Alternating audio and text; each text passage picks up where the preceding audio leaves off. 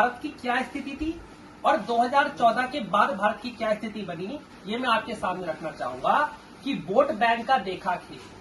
Vote bank का देखा खेलना जाने कितने सालों तक, परिवारों के पैसे देखे स्विस बैंक के तालों तक, वोट बैंक का देखा खेलना जाने कितने सालों तक,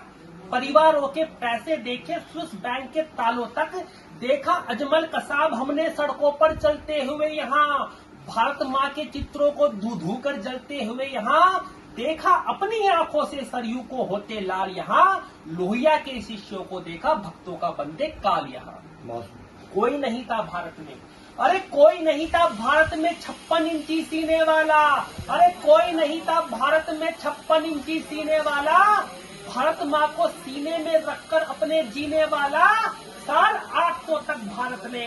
850 तक भारत ने करी प्रतीक्षा भारी है, तब जाकर दिल्ली को हिंदू मिला उत्तराधिकारी है। बहुत सुंदर, बहुत सुंदर, बहुत सुंदर। आखिर ये नरेंद्र मोदी है कौन?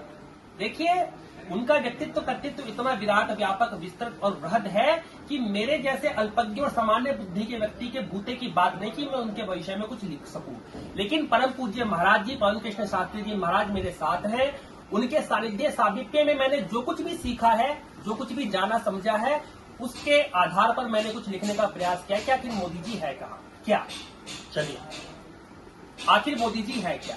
कोई नहीं था भारत में 56 इंची सीने वाला, भारत माँ को सीने में रखकर अपने जीने वाला, 850 तक भारत ने करी प्रतीक्षा भारी है, तब जाकर दिल्ली को हिंदू मिला उत्तराधिकारी है। सौगंध देश की खाता है वो देश नहीं बंटने देगा, धरती अब भारत भूमि की ओर नहीं कटने देगा, वीर शिवा का अंत हमें मोदी में दिखाई पड़ता है, पाकिस्तान हो या चाइना थर थर डरता है, धरती के कोने कोने में नमो नमो का डंका है, विश्व गुरु बनने में अब कहाँ कहीं कोई शंका है, श्यामा प्रसाद मुखर्जी वाला खून रगों में खोल रहा, बच्चा बच्चा आज देश का खुद को मोदी बोल रहा,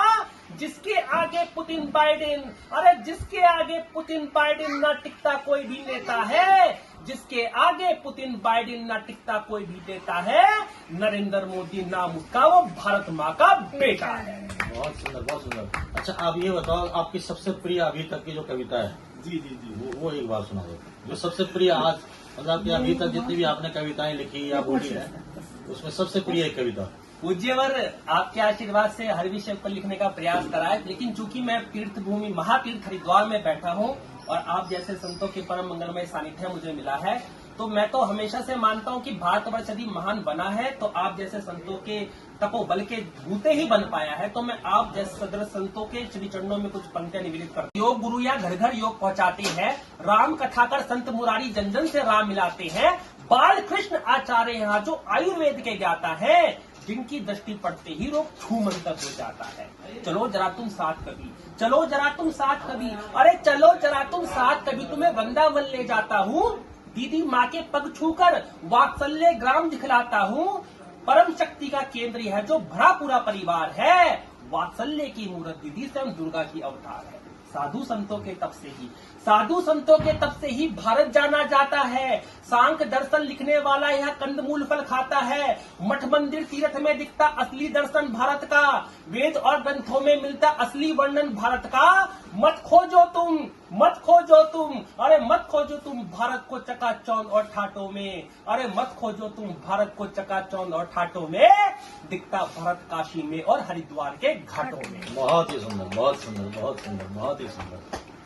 जो भी लिख पाया और जो भी जीवन में शुभ घटित हुआ वो परम पूज्य महाराज जी के शुभाशीष से और उनके आशीर्वाद से ही है। इसमें मेरा कोई भी योगदान नहीं है, सब कुछ पूज्य महाराज जी का ही है। और ये जीवन जो है, ये यौवन जो है, जीवन का क्षण जो है, वो पूज्य संत वृंदों के चरणों में व्यतीत होए, ऐसी ईश्वर से एकमात्र इच्छा है और आकांक्षा है। बहुत बहुत आशीर्वाद, बहुत बहुत आशीर्वाद।